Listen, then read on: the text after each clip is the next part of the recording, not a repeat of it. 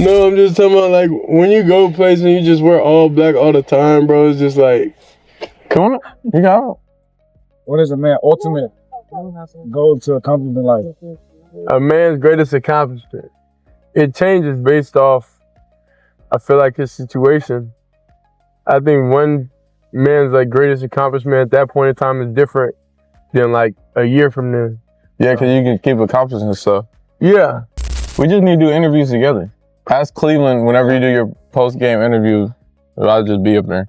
I can just... Shiloh Sanders. Shiloh Sanders just sent out a message that every NFL franchise that skipped over his brother might need to rewind and hear again.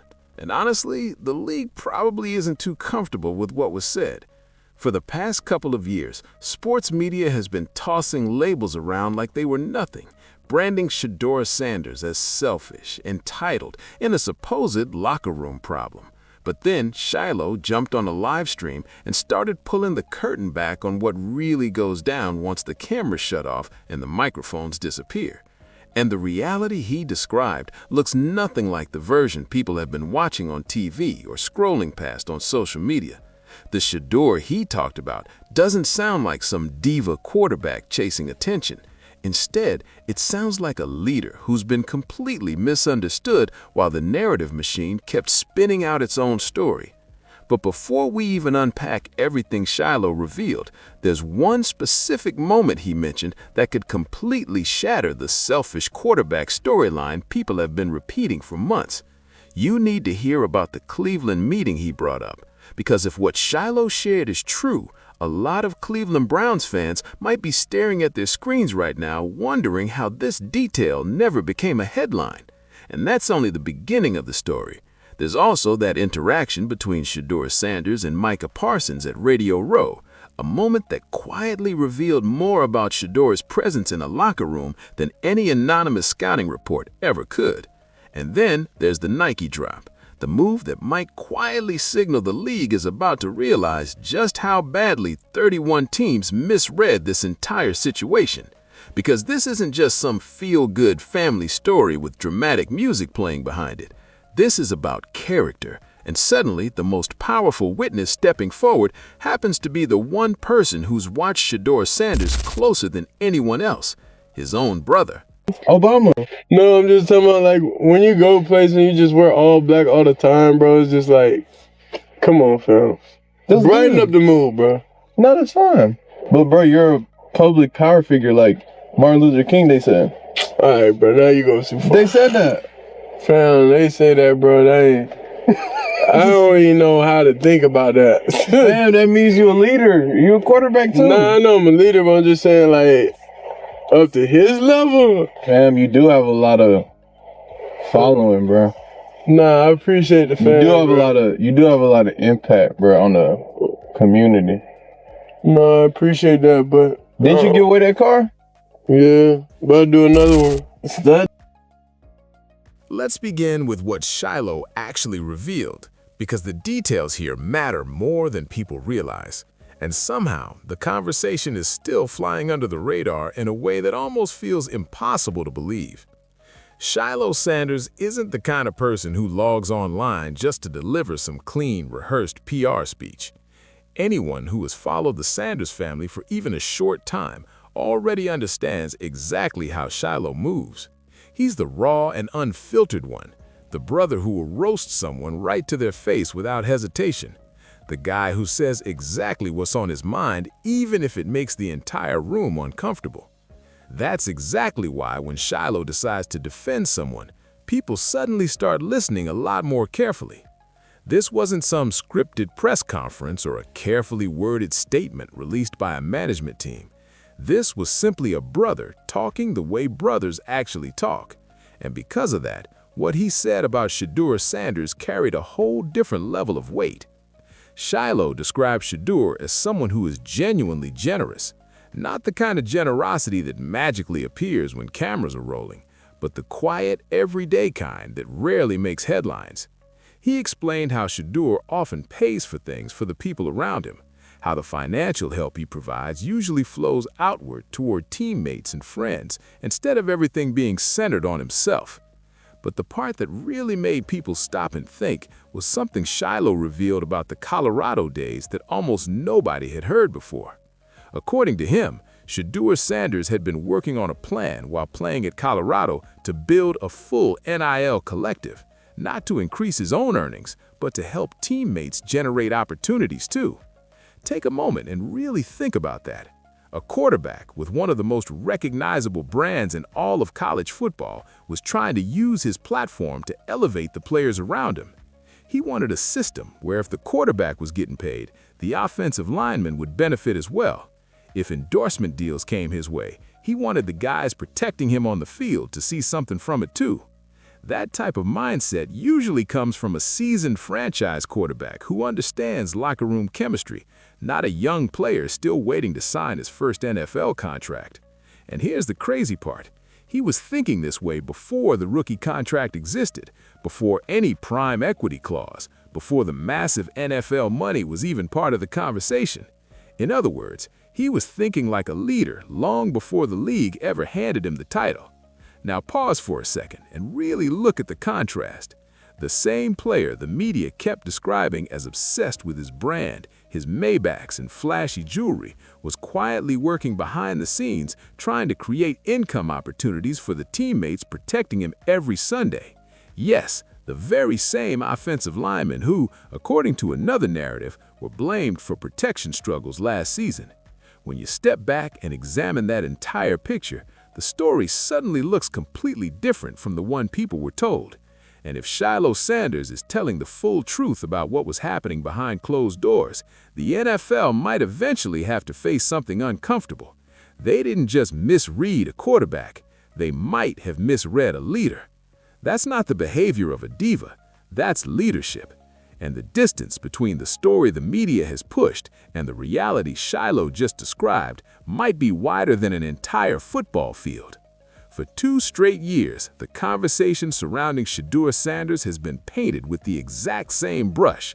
The same labels kept echoing everywhere.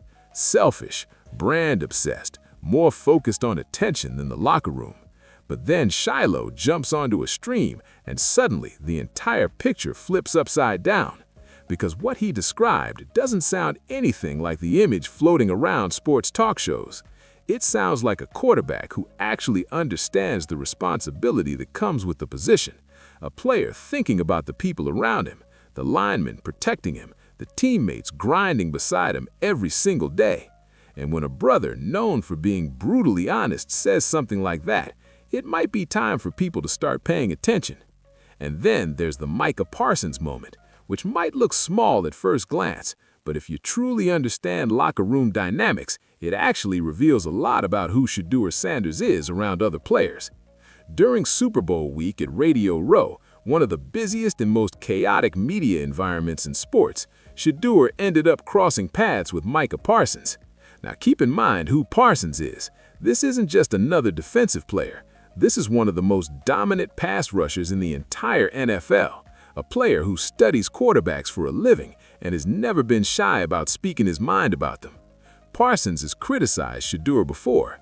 He has openly questioned parts of his game. He has talked about areas where he believes Shedeur needs improvement. In other words, this isn't someone who casually hands out compliments. Parsons is competitive, outspoken, and brutally honest when it comes to evaluating players. Happy birthday, bro. Brother, I needed this. Happy birthday, You bro. don't know, bro. Happy birthday, bro. I needed this. How you timing up that good? Oh my goodness! Come on, They gonna brother. film the fireworks. You know how I get, buddy. This is the best birthday ever! This is the best birthday ever! 1, 2, 3. Happy birthday to you. Happy birthday to you. Happy birthday to #1 brother today. Happy birthday to you.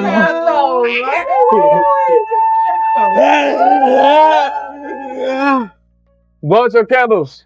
You got it, Come buddy. on, bro. So, when these two ended up sharing a moment at Radio Row, nobody expected anything memorable to go down. But then, the surprise showed up. Someone handed them a box, cameras rolling, and inside was something nobody saw coming. A turtle. The reaction was instant chaos. Micah Parsons completely lost it, laughing, yelling, reacting like he just opened the funniest surprise of the week. Shedeur Sanders couldn't keep it together either. Both of them were cracking up like two regular guys caught in a ridiculous, unscripted moment. The clip went viral almost instantly, and it wasn't because of drama or controversy. It was real. No script, no planned segment, no carefully crafted media moment. Just two young football stars reacting naturally to something completely random and hilarious. And here's why that actually matters.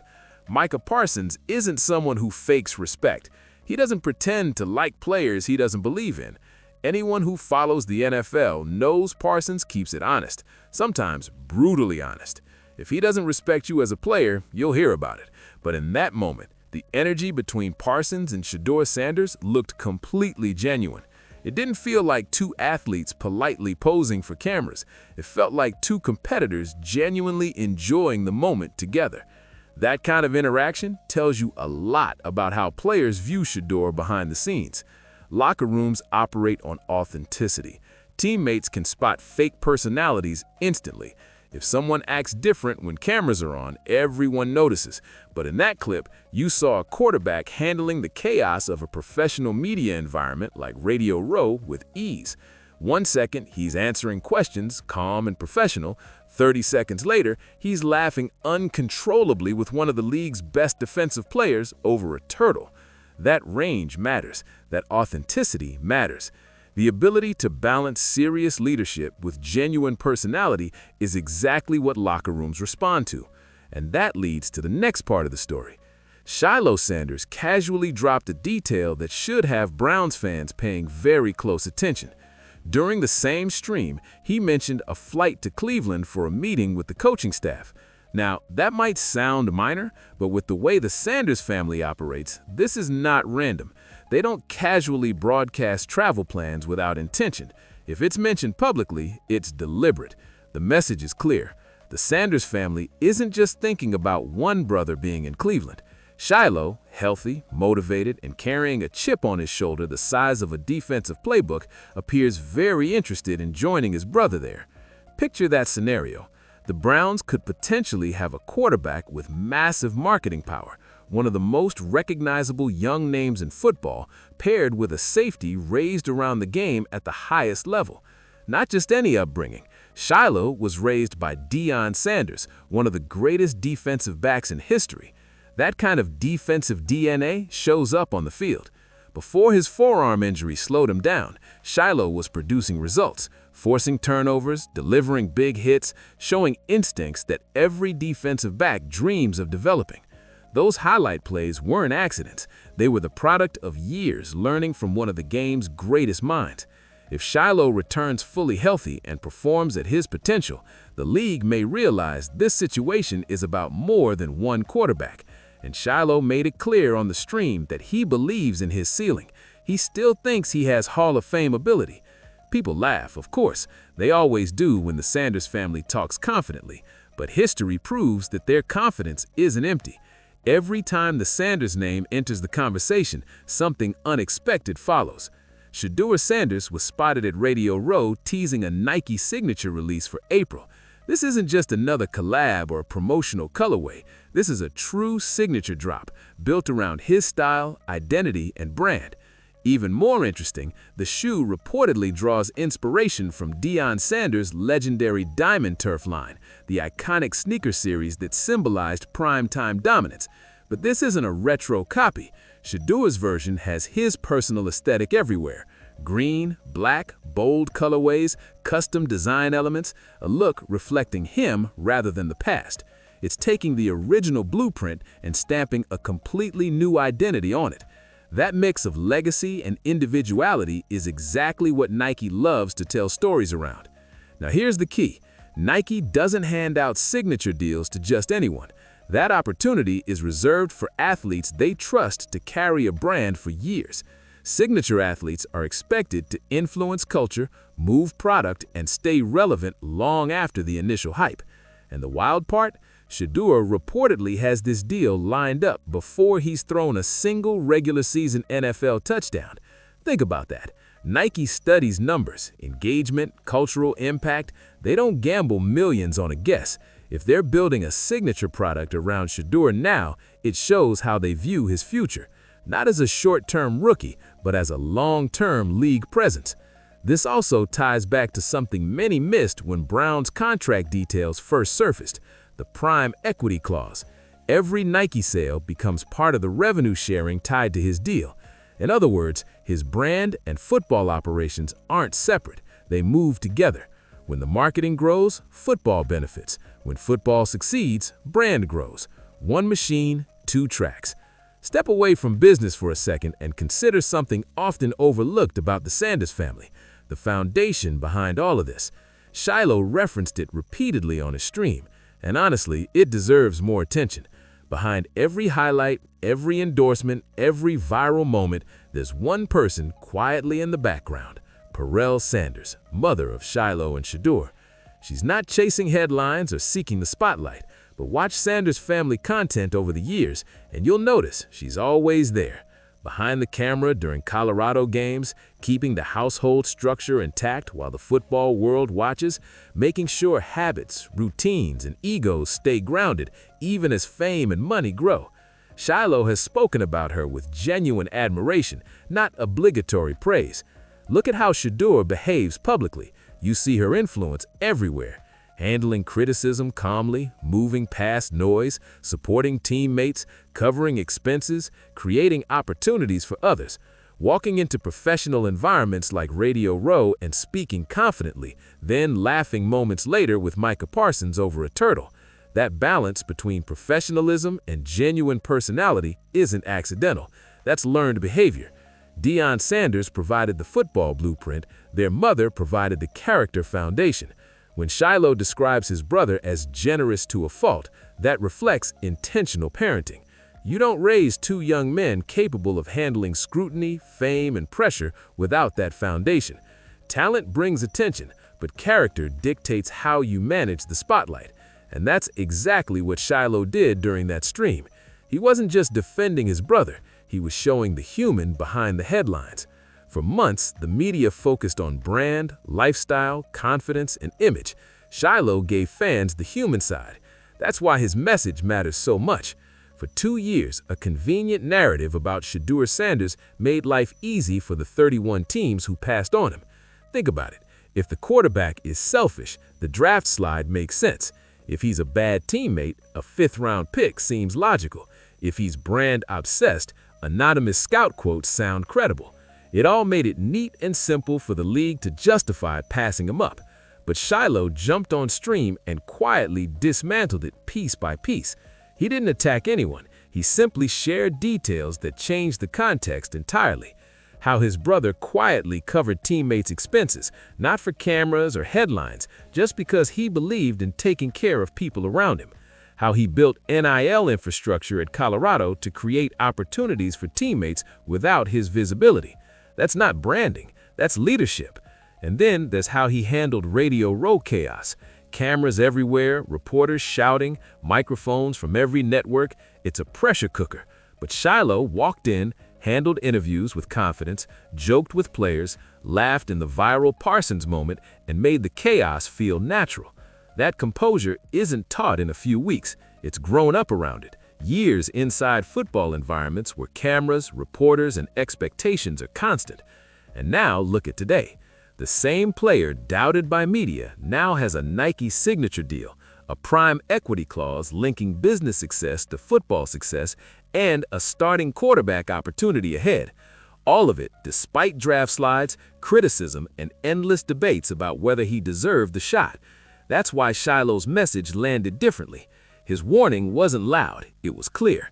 31 teams had a chance to bring Shedeur Sanders in, develop him, build offenses around him, and share everything that comes with a quarterback carrying both talent and influence. They passed. They trusted the narrative instead. And if things play out how Shiloh believes, those teams may soon watch from the outside as a quarterback they overlooked becomes one of the most talked about players in the league. And when that happens, the league can't say they didn't see it coming, because Shiloh already delivered the message. The only question left is what happens next. Stay locked in for what comes. Hit subscribe, drop your thoughts in the comments. Do you think Shiloh's Cleveland meeting leads to him joining his brother? And if it does, what's the impact of two brothers, one offense, one defense, dominating the same locker room? I want your take.